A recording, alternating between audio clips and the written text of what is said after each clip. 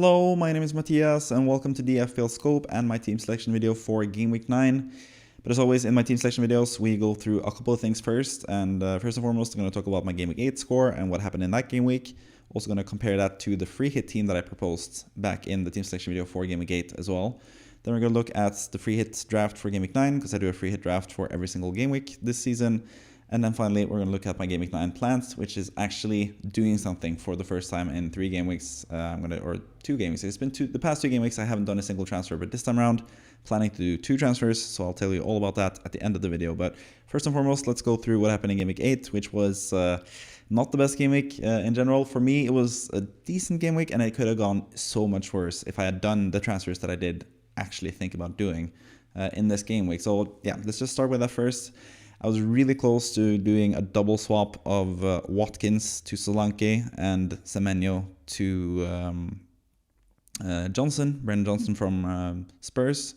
And that would have meant that I would have benched Rodgers and started Solanke obviously over Watkins.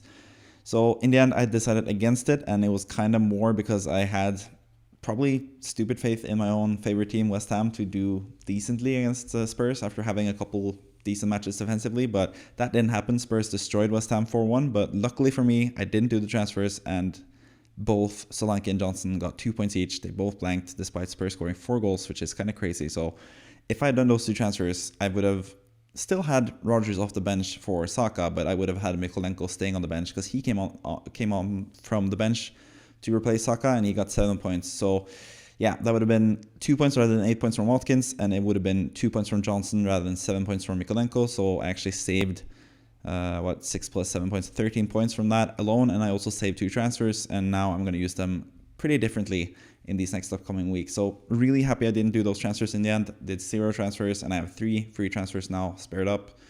And that's going to be really helpful for me, as I'm going to talk about in the final segment where I look into my plans for Game Week 9 and a little bit beyond that as well. So yeah, pretty happy in general that my game week wasn't a complete disaster, because if I had done those 2 transfers, I would have had 24 points, 1 free transfer, and just a pretty bad time overall. But yeah, still got a small red arrow though in the end, 775k now after being around 670k I think last game week. So not the worst red arrow to get. Still had a decent-ish team, but yeah, not that many points in general. So yeah, in goal, Sanchez 2 points.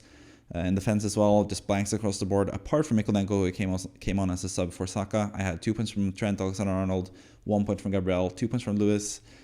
Just blanks all around, even though they played for good defenses against not the worst teams, I guess, either.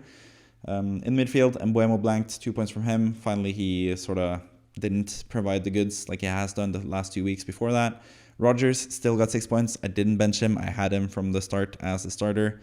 But like I said, I was close to potentially benching him because I thought Fulham away was going to be kind of difficult for Aston Villa. But in the end, Rodgers probably should have had more points because he was really close to getting an assist for Watkins when Joachim Andersen was sent off for pushing down Watkins as the final man with a big denying a big goal scoring opportunity basically for Watkins, who could have scored as well and got me more points. But yeah, Dibbling got 1 point. Really disappointing with Dibbling. He was basically there to fill in the gaps in Game Week 8 and potentially Game Week 9 when he had good matches, and he had a really good match against Leicester. Southampton scored 2 goals immediately, but Dibbling was just nowhere to be seen. So really disappointing with him. He got 1 point. Probably not going to start him ever again. And then in the attack, I had Havertz with 2 points, blanked in that game for Arsenal where they got 1 man down. 1 man sent off in Saliba, and then they struggled to score in that game. He got 2 points. Watkins got 8 points. Really happy with that, even though, like I said, he could have had more if he had gotten that second goal as well. That would have been really, really nice. But 8 points from Watkins, cannot complain at all, considering I was considering selling him. And then finally, Haaland as captain with 4 points. Once again, blanking as my captain, getting 2 times 2 points, which is 4, obviously. Third game week in a row that Haaland has blanked, and my patience is sort of wearing thin with him. I'm going to talk more about that in the Game Week 9 section of the video, but yeah, we have some more stuff to talk about before we get to that point, basically. But yeah, overall, feel pretty good about where I am at this point in the season. Still within the top 1 million, which is not like 775k. It's not the best rank at this point, but it's still decent. I feel like I'm in a pretty good position, and I have some pretty good plans for the next few game weeks. So overall, kind of disappointed with GW8, but it could have gone so much worse, especially if I had done those 2 transfers and lost all those points that I mentioned earlier in the video, basically. But yeah, let's see how I did compared to the free hit draft that I projected for GW8 in last week's team selection video, where I tried to select what I think was the best, or tried to select what I thought was the best team for GW8. And in the end, it scored actually less points than my own actual team. And that's because, like I said, Johnson and Solanke were part of that team. When I made the team selection video last week, I was kind of sure, or kind of close, or trying to convince myself, I guess, to do Solanke and Johnson in as transfers. I didn't do that in the end, but I did put them in the free hit draft. So yeah, I got less points in my free hit draft than I actually did with my actual team, which is actually not, like, it is actually a pretty common experience to get that, because sometimes you can just do mistakes focusing on one game week and not being patient with players, which is the point of a free hit draft. You can select the player for a single game week rather than for the long term. But sometimes those long-term picks are good picks for a reason, because they are just good players and anything can happen in any single game. And that's what we saw, especially with Brennan Johnson, who had 2 really big chances against West Ham. Spurs were all over them. He was in good positions, but he just didn't have things go his way, basically. But yeah, going from top to bottom of the team, or from goalkeeper to the attackers in the team, Pickford with 6 points as my goalkeeper. Happy about that. Also Aina with 6 points in the defense. Could have had Sels and Mykolenko in the reverse order there instead and have more points, because Sels got more points than Pickford and Mykolenko got more points than Aina. But lessons learned, I guess. I figured Pickford and Aina would be better for bonus, but it was actually the opposite. It was actually Sels and Mykolenko who were better for the bonus in the end. Gabriel and Lewis, like with my own team, 1 point for Gabriel, 2 points for Lewis. Actually punted on Bruno Fernandes for this game against Brentford at home. I thought that would be a decent game for him, and it was actually a decent game for Man United, but it was Garnacho who was the main guy getting the points. But Fernandes still got an assist and 5 points, which is okay, I guess. And Boyama with 2 points, like in my own team. Bowen with 2 points, which is kind of harsh because he had basically an assist for Kudus, but it was chalked off because I guess the intended target was Antonio. But Bowen did a really good job, also actually one of the best, or was actually the one bright spot from West Ham in that game. And could have had more points as well. Had a pretty nice pass for Kudus earlier in the game. But yeah, 2 points for Bowen, 2 points for Johnson. Like I said, 2 big chances at the start of that game, especially that he could have scored, but he missed them. So that's partly Johnson's fault as well for not being clinical enough. Haaland as captain for this team as well, 4 points. And Mikel Antonio was the sub for this team rather than Mykolenko, who I had a second sub in this team. So 2 points for Antonio rather than 7 points for Mykolenko in the end. Because of that, and Solanke as well with 2 points as a striker.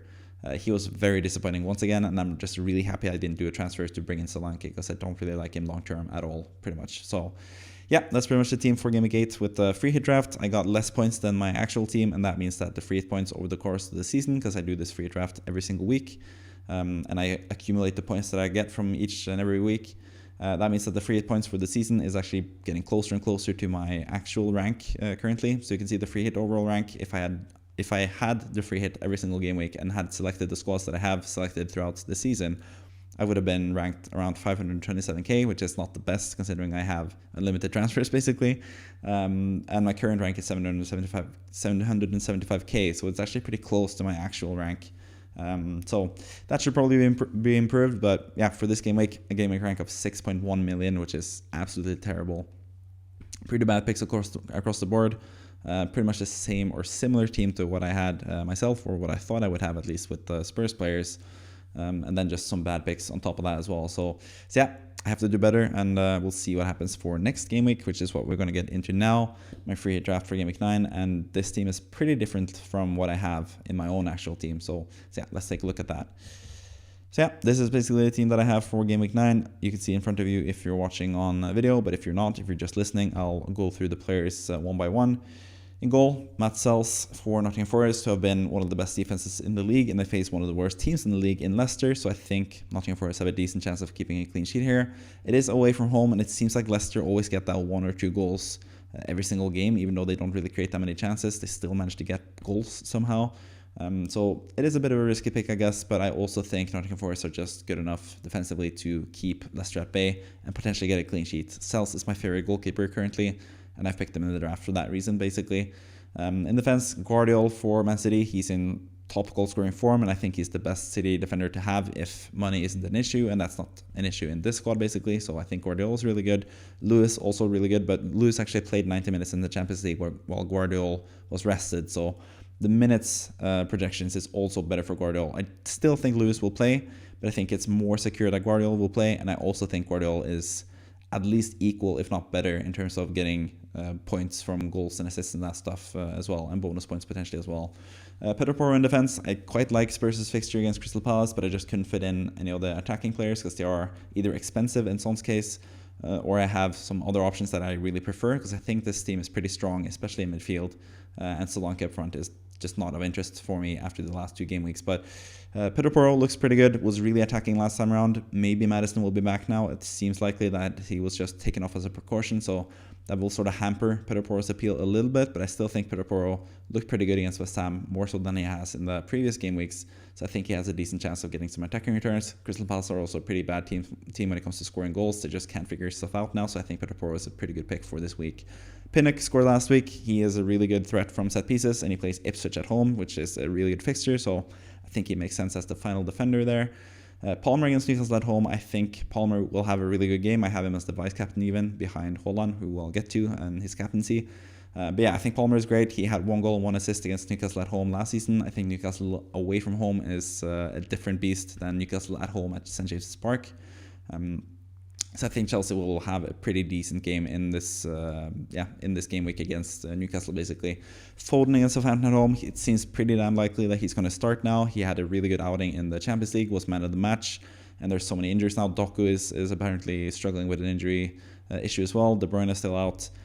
There's so many issues with Man City and their injuries, so I think Foden is a pretty good, not a certainty. You can never be certain when it comes to Guardiola, but yeah, I think Foden has really good chances of playing, and he's showing some really nice signs of form as well. So I don't really begrudge anyone that is looking to bring in Foden permanently either. But on a free hit draft, especially against Southampton at home, this is City's best fixture in a while, best fixture in the whole season basically, because Southampton are pretty bad. I think Foden makes a lot of sense. I would really like to have a double up in the City attack when they do face such an easy opponent as Southampton, where they can win potentially like 4-5-6-0. Potentially this game week. So yeah, Foden is a really strong candidate to bring in, either as a 1 week punt if you're doing that for some reason, or especially if you're walking in game week 12, especially. I think Foden is really nice 3 week punt against Southampton at home now, and then Bournemouth away and Brighton away in the next 3 before City's fixtures get a bit tougher as well. So yeah, Foden is a really good short-term player, especially long-term maybe not, because De Bruyne is going to come back at some point. The minutes is a bit of an issue. His role has been a bit of an issue this season. So yeah, I'm not completely confident in him long-term, but short-term I think he's fantastic. And Mbeumo is someone that is good both in short term especially, but also long term. He plays Ipswich at home, so I think he's just a no-brainer this week. Ipswich are pretty bad and conceded 4 goals against West Ham, so that should tell you everything you need to know about Mbeumo's chances this week. I think he's also a pretty strong captaincy choice if you don't have Haaland for some reason, or it's actually a pretty good reason to not have Haaland now, because the last 3 game weeks he's been pretty bad. But yeah, I think Mbeumo's a really good pick regardless. Garnacho is the final midfielder. I really like him as a differential pick. West Ham away is the fixture where he got 16 points last season. I know, because I benched him in that game. I had him in my team and benched him, and yeah, I wish I had gotten those points. West Ham are just pretty bad lately, as we've seen, especially against Spurs, and Garnacho and Man United look better than they have been earlier in the season. So I quite like Garnacho as a differential pick there as well. Up front, Haaland as captain. I think for captaincy, he's a pretty dead certainty against Southampton at home. It's just too good of a fixture to pass up. Yes, it might be that Southampton sort of changed their playing style and play super defensively and try to frustrate Man City and manage to keep the nil for a long time, and then Haaland doesn't get that many points. But there's also a pretty big possibility that Haaland or City just score pretty early. Southampton will have to open up their game and play more attacking, and then Haaland just has a lot of room to score and do damage basically. So yeah, I think Haaland is a pretty straight-up captaincy choice. I'm going to talk more about the potential triple captaincy choice when it comes to my game week plans. But obviously you can't triple captain and free hit at the same time, so that is not really an issue when it comes to the free hit, or an issue I say, but that's not really a feature or something you can do for a free hit drafting in week 9 either. But yeah, I'll get to the triple captaincy thing pretty soon.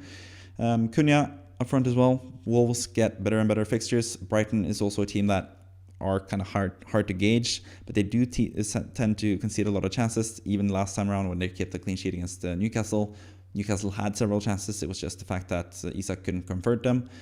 I think Cunha is going to be a fantastic player going forward, and he's definitely someone that I'm considering going forward. I'll get to that as well pretty soon.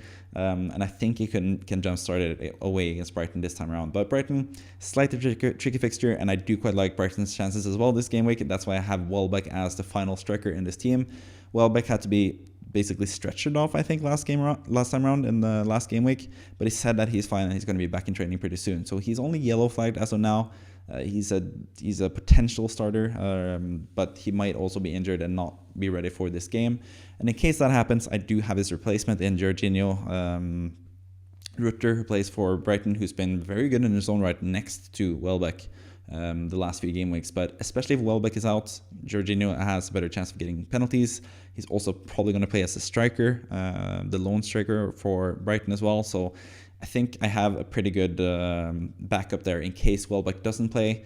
If Welbeck isn't fit to play, he's going to play 0 minutes, and you're going to get Jorginho in that same position instead. So you're basically guaranteed the Brighton striker with this formation, and even if Welbeck plays and someone else drops out for some reason, if Foden all of a sudden plays 0 minutes, because that's what happens with Pep, for example, then we still have a really good candidate as like an accompanying force in Jorginho next to Welbeck in the lineup, basically. So yeah, quite like both of those guys. Jorginho coming in off the bench if Welbeck doesn't play, especially.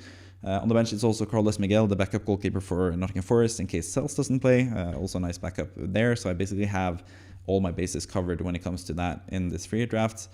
And then the final two defenders who I like to have on my bench is Digne, playing for Aston Villa against Bournemouth at home, especially in the Champions League. Aston Villa have been really good defensively, which is kind of interesting to see because they have struggled defensively at times in the Premier League, both this season and last season. So, but yeah, they have the ability to keep clean sheets, and Digne has the ability to get forward and get some attacking returns like he showed last time around when he had an assist.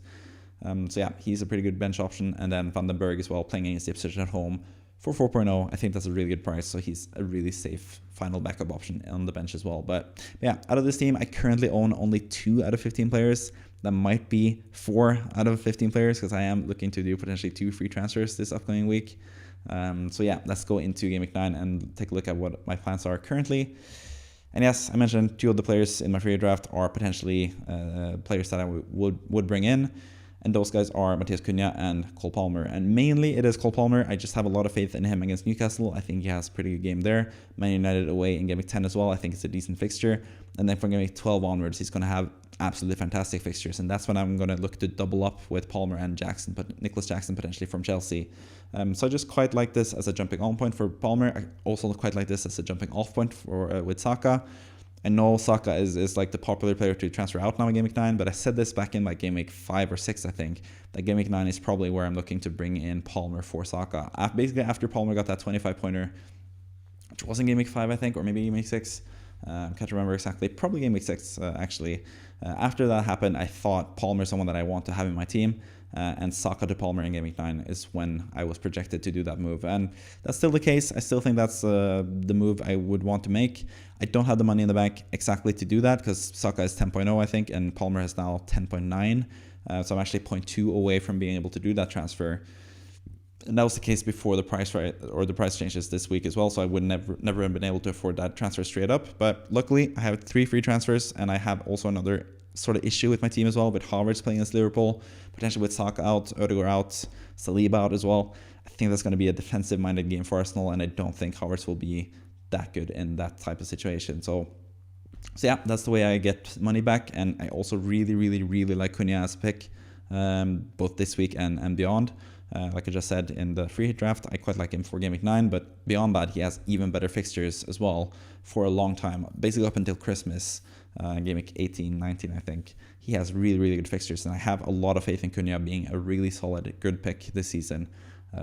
Yeah, he showed that last season that he has sky-high potential in FPL, I think, for his price, so I'm very happy to do that transfer as well. And that would leave me with 1 free transfer, meaning that I get 2 free transfers for next week, and that's going to be pretty important, and I'll get to that eventually. But let's just first go through the team again and what I think of the players that I have currently. So in goal, Robert Sanchez from Chelsea against Newcastle at home. Again, not too happy with my goalkeeper. Chelsea are a pretty weak defensive team, but Sanchez has gotten points in the past, so maybe he'll get the points again. We saw Verbruggen just get 10 points against Newcastle because they struggled to finish. I don't think that will happen again with Isak, because I think he should have buried a couple of those chances he had against Brighton, and I think he will against Chelsea if he gets those chances. So no, yeah, not too happy about Sanchez, but yeah, it is something. He's playing for a pretty good team at least, so I have that at least. And he's been a pretty good goalkeeper so far this season with some pretty good saves and some pretty good distribution as well, Sanchez. So yeah, not the best goalkeeper, but fine. In defense, I actually have a bit of a conundrum, I guess. I have Trent Alexander-Arnold and Gabriel Magalhaes playing against each other, Liverpool against Arsenal, but I'm also selling my Arsenal assets attacking-wise. I don't have any Liverpool assets attacking-wise, and I think, like I said, Arsenal could set up to defend in this game and try to get home, get a point by getting a 0-0 draw, for example, or just at least try to make it tight and get a goal from a set piece or something to try to get the win. So I could see this being like a defensive type of battle where it becomes 0-0, and in that case, I would like to have both Trent and Gabriel, who also have a decent chance of scoring or assisting if the nil is broken. They both have pretty good attacking threat. So I quite like those two potential players. I could also play Mykolenko, who has Fulham at home, which is a much better fixture than Liverpool or Arsenal, obviously. But then again, I don't think Fulham is the best fixture to have either. I think Fulham have been pretty good lately. Raul Jimenez has been fantastic form lately and has a pretty good track record against Everton, especially when he's in top form like he is currently. So I think the chances of Mykolenko keeping a clean sheet once again are kind of like not the best. So yeah, I just prefer having the more attacking potential with Trent and Gabriel, two players that play for really good defenses that could all of a sudden keep clean sheets. I don't know who. I think it's a decent chance that either of the teams keep a clean sheet, potentially. 0-0 is probably a pipe dream for me. But I think one of the teams could keep a clean sheet. I'm just not sure who that would be out of Liverpool and Arsenal. It's really tough to predict, basically. So, yeah, I'm still leaning towards having Trent and Gabriel as my starters. But Mykolenko does have a shot of making it into the squad before the game week starts, pretty much. My final defender in terms of playing defenders, because Greaves is on my third bench spot with an injury for a while now. He's not going to be playing in Game Week 9. But yeah, my final playing defender is Rico Lewis for Man City. Playing Southampton at home, I think that's a really good fixture. It's just a minutes thing. He played 90 minutes in the Champions League now. Maybe this will be the time he finally gets dropped, but I still think the minutes for Lewis will be pretty good in general. I'm just hoping this is not the game week where he gets benched, because I think he's going to play like 3 out of 4, 4 out of 5-ish matches for Man City. So yeah, I have pretty good faith in him. And if he plays against Southampton at home, I think that's a really, really good fixture. I remember that from a couple seasons back when Cancelo played against Southampton, and I didn't have him in my squad. He got like 19 points or something. So yeah, maybe that will happen with Lewis, probably not, but here's hoping for me at least.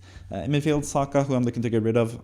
There are rumors that he's going to start now. There have been some conflicting reports, and that's also why people are kind of done with this, because there were conflicting reports going into Game Week 8, and then all of a sudden he didn't play.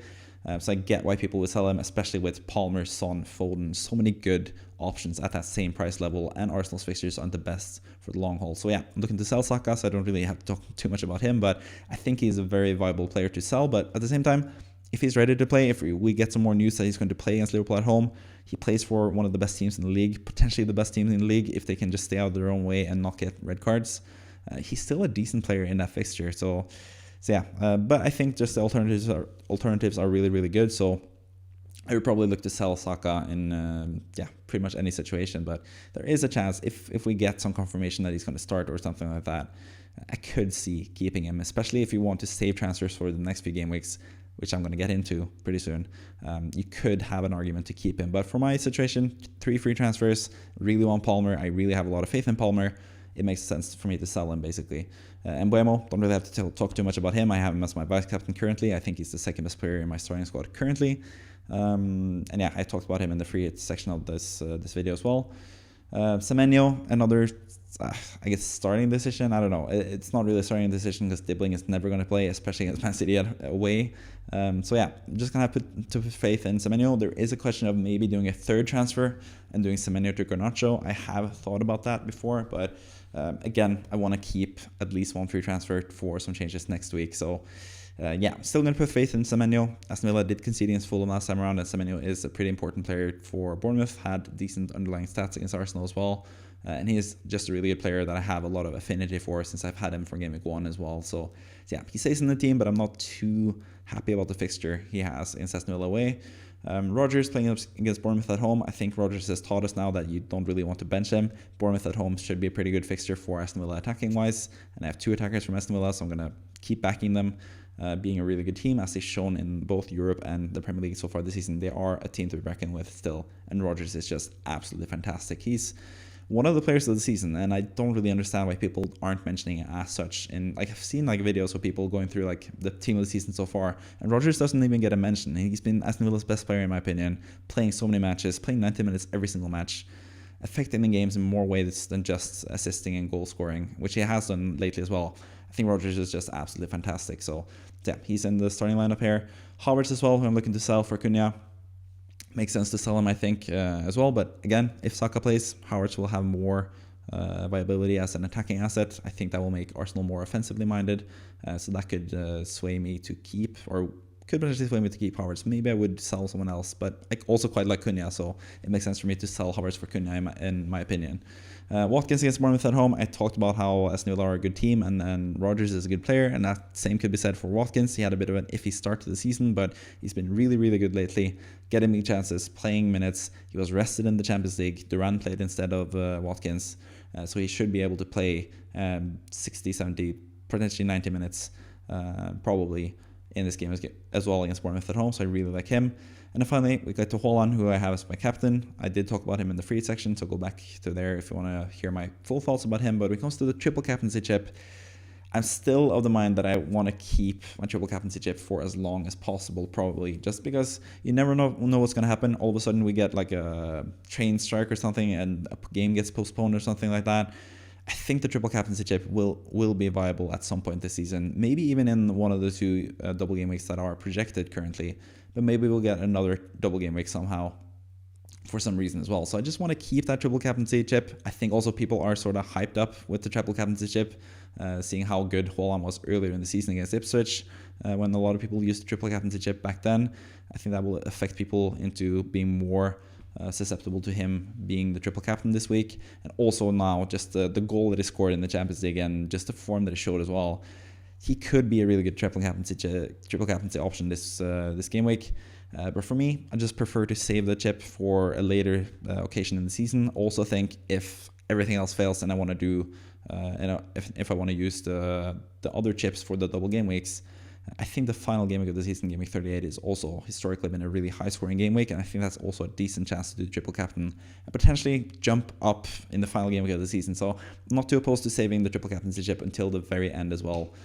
So yeah, personally, I'd like to keep it myself, but if you feel like none of those things appeal to you, maybe you want to use other chips for those double game weeks, and you don't really buy that game week 38 hype, this is probably one of the best chances to captain Haaland as well. He did play quite a few minutes in the Champions League, but still should be able to play probably 90 minutes against Southampton as well, which is a really good fixture.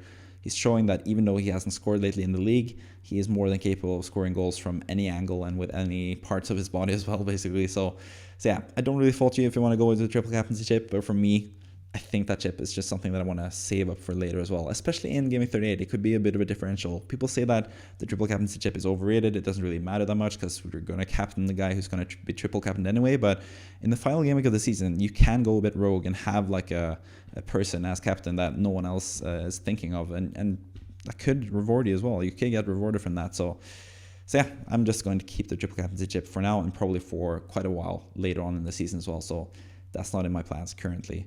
But yeah, on my bench, Fabianski as my backup goalkeeper. I've said this a couple times now, but Areola is playing really badly for West Ham, so I wouldn't be too surprised if Fabianski gets to start at some point, which would be nice because I would like to have an alternative to Sanchez in certain game weeks if that happens. And I also want West Ham to do better as a team, and I think West Ham would actually improve if Fabianski was the goalkeeper. But mostly West Ham need a new goalkeeper, but that's neither here nor there. Probably should go for Kelleher next season, but that's not really something to worry about for FPL, so I'm not going to bother you with that anymore. Mikolenko on the bench, like I mentioned, could start him, but if he is benched, he is a really good player to come off the bench if there is any injuries or anyone staying out of the team. For example, if Lewis doesn't play for some reason, if he gets 0 minutes, it would be nice to have Mikolenko as backup. And then Dibbling playing against Man City away and Greaves being injured, they're not really anyone to worry about it at all in the team. I'm not going to use any of them unless I have to use Dibbling because 2 players are out. for some reason. But yeah, that's pretty much it for my Game Week 9 plans. When it comes to my Game Week 10 plans, which is something that I'm going to talk about in more detail next week, obviously, I'm probably looking to sell Haaland at this point in Game Week 10, because I think the fixture for City, the players that I want to captain for Game Week 10 onwards, just makes me lean towards not having Haaland. And I want 2 transfers because I want to get Salah in for Game Week 10, because I think he's the best captaincy option for Game Week 10. So that's basically my short-term plans for Game Week 10. Also starting to lose my voice, so I'm going to end the video right there. But I'm going to get more into it in the next team session video next week. So bear with me as I finally get my voice back at the moment in time. But yeah, time to end the video. Thanks for watching. See you next time. Bye-bye.